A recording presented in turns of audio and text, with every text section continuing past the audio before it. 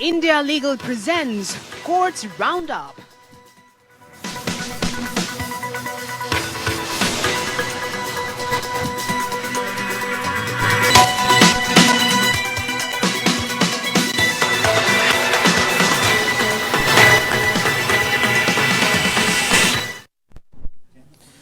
नमस्कार, आप देख रहे हैं हमारी खास पेशकश कोर्ट्स राउंड अप में। मैं हूं आपके साथ रविंद्र सिंह। इस बुलेटिन में अगले आधे घंटे में हम आपको कोर्ट से जुड़ी तमाम छोटी बड़ी खबरों से रूबरू करवाएंगे। कोर्ट की कार्रवाई और सुप्रीम कोर्ट से लेकर हाई कोर्ट और लोअर कोर्ट तक के फैसलों को आपके सामने रखेंगे। लेकिन आगे बढ़ने से पहले एक नजर डालते हैं सुर्खियों पर। दिल्ली सरकार के बाइक टैक्सी बैन रद्द करने के दिल्ली हाईकोर्ट के फैसले को सुप्रीम कोर्ट में चुनौती। दिल्ली सरकार ने कहा, यात्रियों की सुरक्षा सुनिश्चित किए बिना परमिशन ना मिले।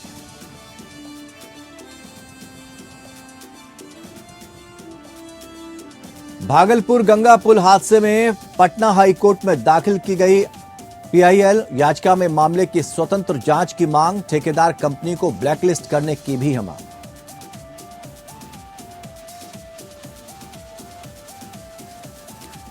घरेलू हिंसा से जुड़े मामले में कर्नाटक हाईकोर्ट ने कहा, तलाक के बाद शिकायत दर्ज होने पर भी केस रद्द नहीं।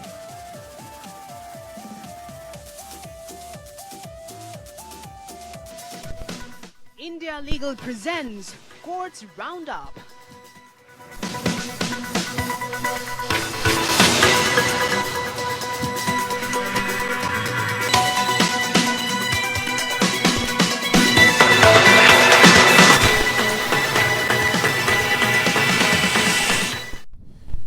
राष्ट्रीय राजधानी में राइड शेयरिंग प्लेटफॉर्म के माध्यम से बाइक टैक्सी सेवाओं को रोकने के लिए दिल्ली परिवहन विभाग की अधिसूचना पर रोक लगाने के दिल्ली उच्च न्यायालय के अंतरिम आदेश को दिल्ली सरकार ने सुप्रीम कोर्ट में चुनौती दी है। दिल्ली सरकार ने न्यायमूर्ति अनिरुद्ध बोस और न्यायमूर्ति राजेश बिंदल की अवकाश पीठ के समक्ष याचिका का उल्लेख किया, जिन्होंने तत्काल लिस्टिंग की मांग की है।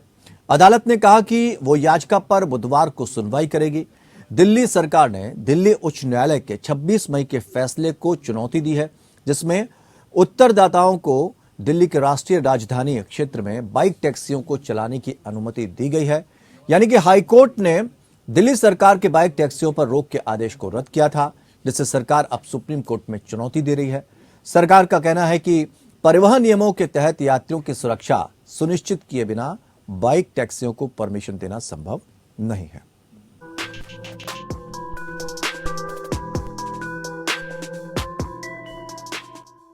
दिल्ली में बाइक टैक्सी सेवाओं के बैन मामले पर सुप्रीम कोर्ट में याचिका दाखिल की गई है। दिल्ली सरकार ने दिल्ली हाईकोर्ट के अंतरिम आदेश को चुनौती देते हुए सुप्रीम कोर्ट का दरवाजा खटखटाया।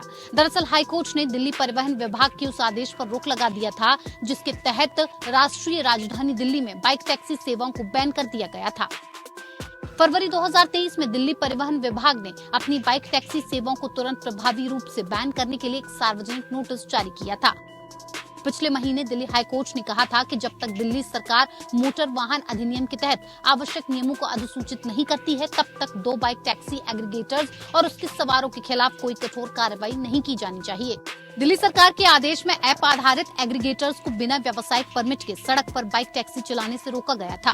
उबर और रैपिडो जैसे ऐप आधारित एग्रीगेटर्स को अन्य राज्यों में भी ऐसी ही पाबंदियों का सामना करना पड़ा है।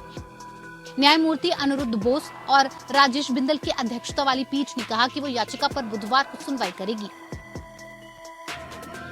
दिल्ली सरकार ने दिल्ली हाईकोर्ट के 26 मई के फैसले को चुनौती दी है, जिसमें उत्तरदाताओं को दिल्ली के एनसीटी में वाणिज्यिक संचालन जारी रखने और बिना किसी लाइसेंस के शहर में चलने वाले गैर परिवहन मोटर व्हीकल एग्रीगेटर्स के रूप में कार्य करने की अनुमति दी गई है। सुप्रीम कोर्ट के सामने दायर याचिका में दिल्ली सरकार ने ये कहते हुए अत्यावश्यकता की मांग की है कि हाईकोर्ट के अंतरिम आदेश के मद्देनजर प्रतिवादी उबर और रैपिडो एकत्रीकरण के उद्देश्य से 2 पहिया सहित गैर परिवहन वाहनों का उपयोग जारी रखे हुए है और बिना वैध परमिट प्राप्त किए मोटर वाहन एग्रीगेटर दिशा निर्देश 2020 के साथ पढ़े जाने वाले मोटर वाहन अधिनियम के तहत राइड पूलिंग की अनुमति नहीं है। दिल्ली सरकार ने अपनी याचिका में कहा है कि दिल्ली मोटर वाहन एग्रीगेटर योजना 2023 पहले ही तैयार की जा चुकी है और ये अब केवल अधिकारियों की मंजूरी के लिए पेंडिंग है। सुप्रीम कोर्ट में दाखिल इस याचिका में कहा गया है कि सड़क सुरक्षा और यात्रियों की सुरक्षा सुनिश्चित करने के लिए police verification, GPS device, panic button आदि लगाने की बाध्यता जैसी शर्तों का पालन किए बिना बाइक टैक्सी चलाने की अनुमति नहीं दी जा सकती है। सरकार के नोटिस पर दिल्ली हाईकोर्ट की न्यायमूर्ति सुरेश कुमार कैट और नीना बंसल कृष्णा की खंडपीठ ने परिवहन विभाग को निर्देश दिया है कि जब तक पॉलिसी नहीं बन जाती है वो रैपिडो और दूसरी संबंधित कंपनियों के खिलाफ सख्त कदम न उठाएं। Bureau report, APN news. Delhi high court ने हाल ही में भारतीय बहुराष्ट्रीय उपभोक्ता सामान कंपनी डाबर को बॉलीवुड एक्ट्रेस दीपिका पादुकोण के प्रचारित वाले डाबर आंवला हेयर ऑयल पर अपना व्हाट्सएप ऐड प्रसारित करने से रोक दिया है। जस्टिस नवीन चावला ने मैरिको लिमिटेड द्वारा दायर मुकदमे में यह आदेश पारित किया, जिसमें उसके प्रोडक्ट निहार नेचुरल शांति बादाम आंवला हेयर ऑयल और रजिस्टर्ड निहार ट्रेडमार्क की साख और प्रतिष्ठा को नुकसान पहुंचाने का आरोप लगाया गया था। मैरिको ने डाबर को आंवला हेयर ऑयल पर अपने व्हाट्सएप ऐड या प्रिंट विज्ञापन को प्रसारित करने या अग्रेषित करने से रोकने के लिए अंतरिम निषेधाज्ञा की मांग की थी। अदालत ने कहा, जबकि वादी प्रिंट विज्ञापन के खिलाफ प्रथम दृष्टया मामला नहीं बना पाया है। साथ ही जहां तक व्हाट्सएप मैसेज या ऐड का संबंध है, वादी प्रथम दृष्टया मामला बनाने में सक्षम है। प्रिंट विज्ञापन के संबंध में यह मैरिको का मामला था कि डाबर द्वारा इस्तेमाल किया गया शुरुआती बयान, याद रखना सस्ता आंवला बालों को महंगा पड़ेगा, उपभोक्ताओं को अन्य सभी सस्ते आंवला हेयर ऑयल्स के घटिया और हानिकारक होने के खिलाफ धमकी दे रहा था। ये प्रस्तुत किया गया कि ये सामान्य असमानता की राशि है। हेयर ऑयल पर प्रिंट विज्ञापन पर रोक लगाने से इनकार करते हुए कोर्ट ने मैरिको के मुकदमे के लंबित रहने के दौरान डाबर या उसके तहत काम करने वाले किसी अन्य व्यक्ति को व्हाट्सएप मैसेज या आंवला हेयर ऑयल पर विज्ञापन प्रसारित करने से रोक दिया। उन्होंने कहा कि मेरी राय में विज्ञापन केवल ये बताता है कि आंवला हेयर ऑयल खरीदना जो कीमत या गुणवत्ता में सस्ता है, बालों के लिए हानिकारक हो सकता है, इसे एक राय कहा जा सकता है, लेकिन यह उन सभी हेयर ऑयल के लिए मान हानिकारक नहीं है जो वादी की कीमत से सस्ते हैं।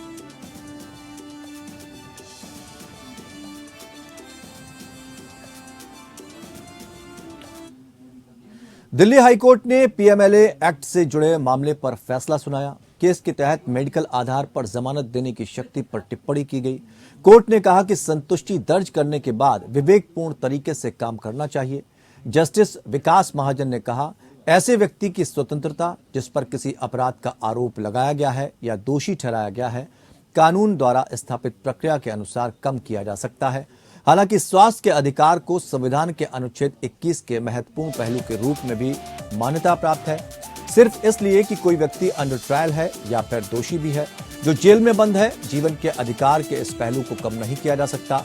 यह राज्य का दायित्व है कि वो जेल में बंद प्रत्येक व्यक्ति को पर्याप्त और प्रभावी मेडिकल उपचार प्रदान करे, चाहे वो विचाराधीन हो या दोषी हो।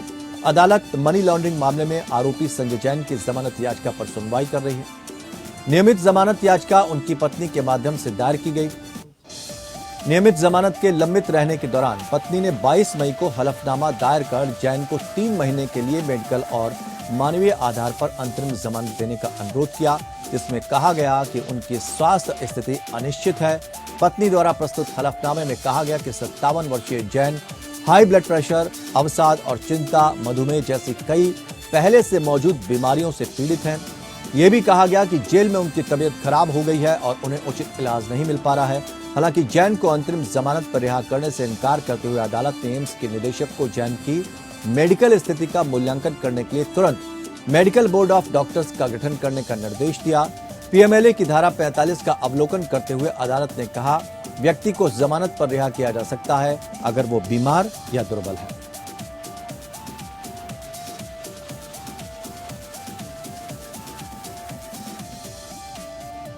बिहार के भागलपुर में गंगा नदी पर बने अगवानी सुल्तानगंज पुल गिरने का मामला पटना हाईकोर्ट पहुंच गया।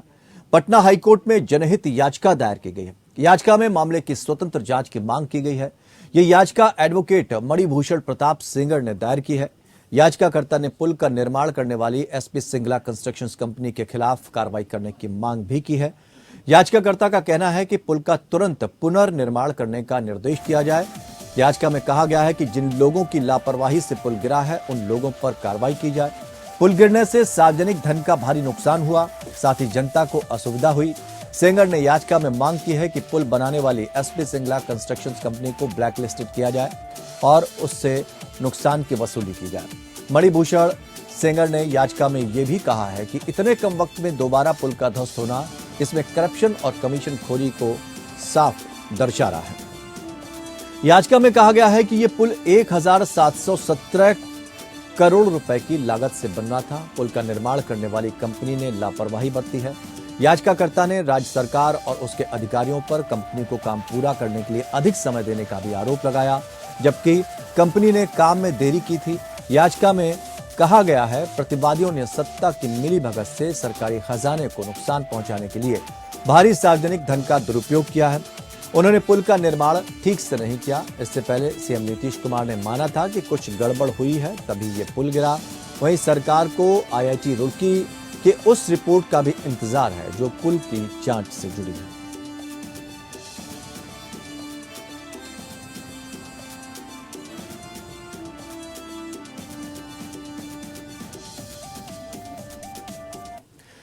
इलाहाबाद कोर्ट ने वेलफेयर पार्टी ऑफ इंडिया के पूर्व नेता जावेद मोहम्मद पम को जून 2022 की प्रयागराज हिंसा की घटना से संबंधित एक मामले में जमानत देने से इनकार कर दिया। घटना में उन पर सार्वजनिक संपत्ति को नुकसान पहुंचाने का आरोप लगाया गया है। अतिरिक्त सत्र न्यायाधीश बीरेंद्र सिंह की अदालत ने कहा कि अभियुक्त के कथित कृत्य असामाजिक और गंभीर प्रकृति के हैं और इसलिए वो जमानत पर रिहा होने योग्य नहीं है, क्योंकि इस बात की संभावना है कि वो सबूतों के साथ छेड़छाड़ कर सकता है। कोर्ट ने कहा अभियोजन पक्ष के कागजातों के अवलोकन से स्पष्ट है कि आवेदक आरोपी के विरुद्ध आरोप यह है कि उसने अपने सह अभियुक्तों के साथ मिलकर धार्मिक विद्वेष फैलाने और एक धर्म विशेष के प्रति आक्रोश पैदा करने के इरादे से सरकारी काम में बाधा डाली, क्षति पहुंचाई, पीएससी के ट्रक में आग लगाकर सार्वजनिक संपत्ति और आगजनी की। अभियुक्त के 14 मामलों का आपराधिक इतिहास प्रस्तुत किया गया। मौजूदा मामला पंप के खिलाफ प्रयागराज हिंसा की घटना से संबंधित दर्ज 5 मामलों में से एक है। इस मामले में प्रयागराज हिंसा के दौरान पथराव करने और message Prayagraj smart city limited की संपत्तियों को नुकसान पहुंचाने का आरोप है। न्यायालय के समक्ष उनके वकील ने तर्क दिया कि एफआईआर में उनका नाम नहीं था और उन्हें राजनीतिक प्रतिशोध के कारण मामले में झूठा फंसाया गया है। यह भी प्रस्तुत किया गया कि वो एक 56 वर्षीय व्यक्ति है जो उच्च रक्तचाप और मधुमेह से पीड़ित है और नियमित रूप से इंसुलिन का उपयोग करते हैं और इसलिए उसे जमानत पर रिहा किया जाना चाहिए। उधर सहायक जिला शासकीय अधिवक्ता ने जमानत अर्जी का विरोध करते हुए तर्क दिया कि आरोपी एक शातिर अपराधी है जिसका कई मामलों का आपराधिक इतिहास रहा है और कथित अपराध गैर जमानती और गंभीर प्रकृति के हैं और इसलिए उसे चाहिए जमानत पर रिहा न किया जाए। टिप्पणियों के साथ अदालत ने उनकी जमानत याचिका खारिज कर दी।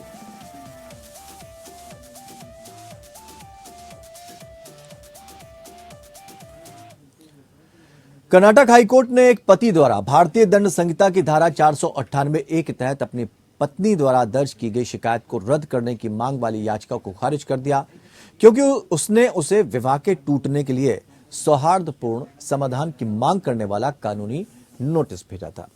कथित प्रताड़ना के बाद पत्नी ससुराल चली गई।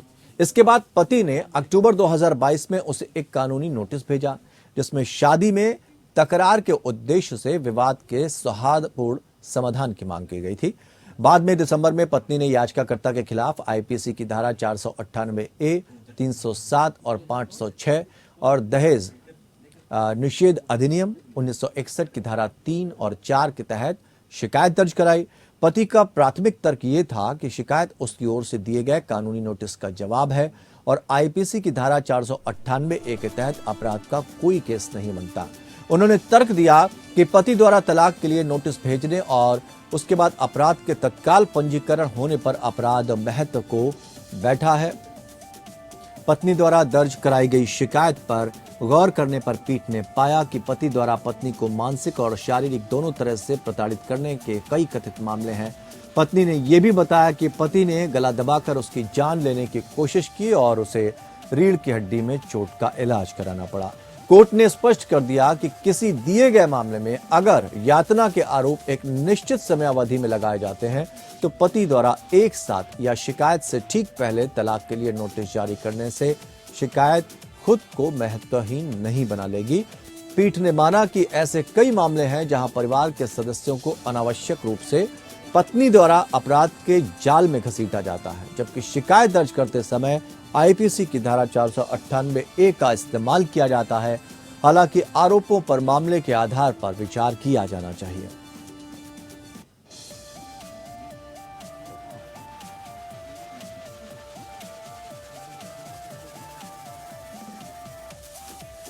दिल्ली हाईकोर्ट में फैमिली कोर्ट के कार्यक्षेत्र पर सुनवाई हुई। मामला था कि क्या बहू के खिलाफ ससुराल वालों द्वारा दायर किए गए कब्जे के मुकदमे की सुनवाई फैमिली कोर्ट द्वारा ही की जाएगी। दिल्ली हाईकोर्ट ने इस मुद्दे को विचार के लिए बड़ी बेंच को संदर्भित किया है। जस्टिस नवीन चावला की एकल पीठ ने वादी की ओर से अपनी बहू के खिलाफ स्थायी निषेधाज्ञा के लिए दायर याचिका पर सुनवाई करते हुए बड़ी पीठ का संदर्भ दिया, जिसमें वादी को सूट की संपत्ति पर जाने या प्रवेश करने से रोकने की मांग की गई थी। अदालत ने पाया कि फैमिली कोर्ट एक्ट की धारा 7 उपधारा 1 जो फैमिली कोर्ट के अधिकार क्षेत्र से संबंधित है, स्पष्टीकरण यानी डी में कहा गया है कि वैवाहिक संबंध से उत्पन्न होने वाली परिस्थितियों में एक आदेश या निषेधाज्ञा के लिए एक मुकदमा या कार्रवाई फैमिली कोर्ट के अधिकार क्षेत्र में आएगा। ये नोट किया गया कि एक और अवनीश कौर बनाम साधु सिंह और मनीता खुराना बनाम इंद्र खुराना और मीना कपूर बनाम आयुषी रावल जैसे केसों के बीच एक स्पष्ट विरोध है। पीठ ने कहा कि हाईकोर्ट और जिला न्यायालयों के समक्ष कई मुकदमे लंबित हैं, जिनमें क्षेत्राधिकार के समान प्रश्न शामिल होंगे और इसलिए ये न्याय के हित में होगा कि इस मुद्दे को एक बड़ी पीठ द्वारा आधिकारिक रूप से तय किया जाए। वादी ने कहा कि बहू उसकी मर्जी के खिलाफ वाद संपत्ति का दौरा कर रही है और वहां तब तक बैठने की धमकी दे रही है जब तक उसकी अवैध मांगों को पूरा नहीं किया जाता। अदालत ने आगे इस मुद्दे की सुनवाई पर वो तैयार है कि प्रतिवादी के पति के बेटे का पक्षकार बनना या ना बनना सिविल कोर्ट के समक्ष इस तरह के मुकदमे की सुनवाई योग्य होने पर कोई प्रभाव रखता है।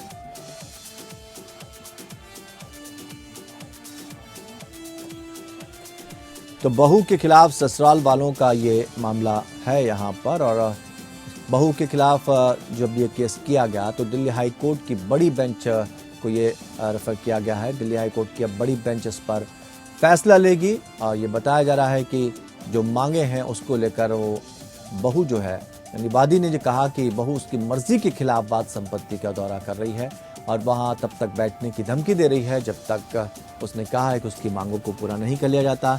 कब्जे के मुकदमे की सुनवाई को लेकर भी यहाँ पर जो बातचीत चल रही है, बहू के खिलाफ ससुराल वालों का ये केस ससुराल वालों ने दर्ज कराया था। बहू के खिलाफ इस केस में कई ऐसी चीजें हैं जिन पर अभी जिन्हें चल रही है। फैसले को लेकर देखना यह है कि क्या फैसला इसको लेकर आता है। दिल्ली हाई कोर्ट की बड़ी बेंच को यह फिलहाल रेफर किया गया है, ये फैसला रेफर किया गया है। बहू के खिलाफ चूंकि ये अवैध मांगों को पूरा नहीं किया जाता तब तक बहू जो है अब इसी तरह से प्रदर्शन करती रहेगी, धरने पर बैठी रहेगी और इस बात का दबाव भी बना रही है।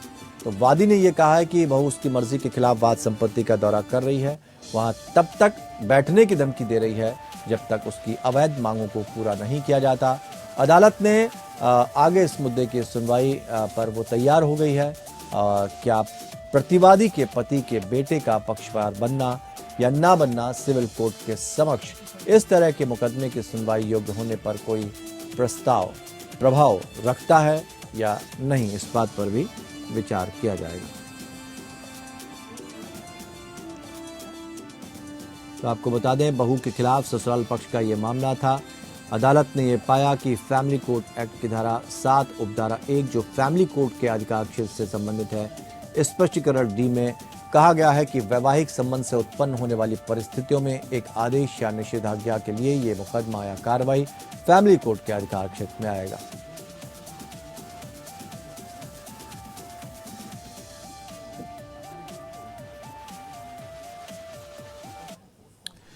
अब इंडिया लीगल के वेब रिपोर्टर आपको बताएंगे कि किसी भी क्षेत्र में इंटरनेट बंदी पर क्या है नियम, कानून और इस बाबत सुप्रीम कोर्ट के क्या है दिशा निर्देश।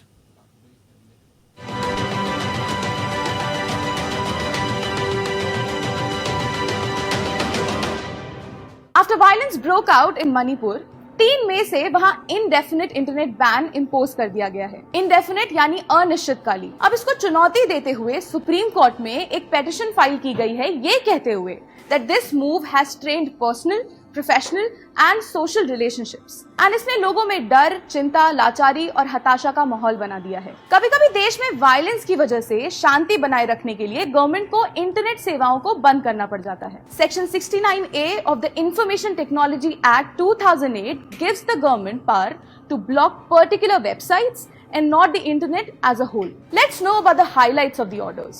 Usage of the internet is the fundamental right under Article 19 of the Indian Constitution. Internet shutdowns can be of temporary period but not for indefinite period. Government to publish all orders imposing restrictions under Section 144. The court had also said that any order with regard to internet shutdowns will come under judicial scrutiny.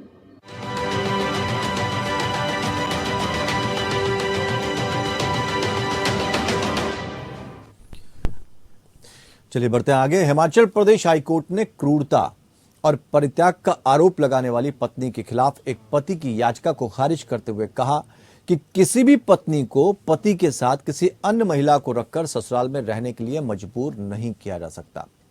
वर्तमान मामले में अपीलकर्ता पति और प्रतिवादी पत्नी 1995 से अलग अलग रह रहे थे। अपीलकर्ता ने क्रूरता के आधार पर ट्रायल कोर्ट में विवाह के विघटन के लिए एक याचिका दायर की, जिसे खारिज कर दिया गया और इसलिए ये वर्तमान अपील दायर की गई। अपीलकर्ता ने आक्षेपित निर्णय और डिक्री का इस आधार पर विरोध किया कि यह साक्ष्य के गलत निष्कर्ष का परिणाम था। अपीलकर्ता ने तर्क दिया कि उसने भारी सबूतों से अपनी पत्नी की क्रूरता के संबंध में इस मुद्दे को साबित कर दिया था, जिसे निचली अदालत ने नजरअंदाज कर दिया। पति के मुताबिक उसने ये साबित कर दिया था कि प्रतिवादी ने उसे बिना किसी कारण के छोड़ दिया और प्रयासों के बावजूद वापस नहीं लौटी। याचिका की सामग्री का अध्ययन करने के बाद जस्टिस वैद्य ने कहा कि पति और उसके परिवार के सदस्यों के प्रति प्रतिवादी का रवैया वैवाहिक जीवन की शुरुआत से ही शत्रुतापूर्ण रहा, लेकिन इसके अलावा क्रूरता का गठन करने वाले किसी विशेष उदाहरण का कोई उदाहरण सामने नहीं आया। ये देखते हुए कि हिंदू विवाह और तलाक हिमाचल प्रदेश नियम 1982 में क्रूरता के आरोपों को समय और स्थान की विशिष्टता के साथ याचिका में निर्दिष्ट करने की आवश्यकता है। पीठ ने कहा कि याचिका की सामग्री उपरोक्त संदर्भित नियमों का पूरी तरह से पालन नहीं करती। अपीलकर्ता पति द्वारा उठाए गए क्रूरता के आधार पर विचार करते हुए खंडपीठ ने डॉक्टर एनजी दास्ताने बनाम doctor N G Shrimati S Dastane case में कहा गया है कि सबूत का दायित्व उस व्यक्ति पर है जो क्रूरता का आरोप लगाता है और सबूत का मानक संभावनाओं की प्रधानता का है, और इसलिए केवल ये कहना कि पत्नी का झगड़ालू रवैया था उसके मानक का निर्वहन करने के लिए पर्याप्त सबूत नहीं है। बेंच ने कहा कि जिस तरह जिरह के दौरान सामान्य शब्दों में यह कहना कि पत्नी झगड़ालू स्वभाव की है और कई प्रयास के बाद भी वो वैवाहिक घर नहीं लौटी, उसकी ओर से पर्याप्त क्रूरता नहीं है।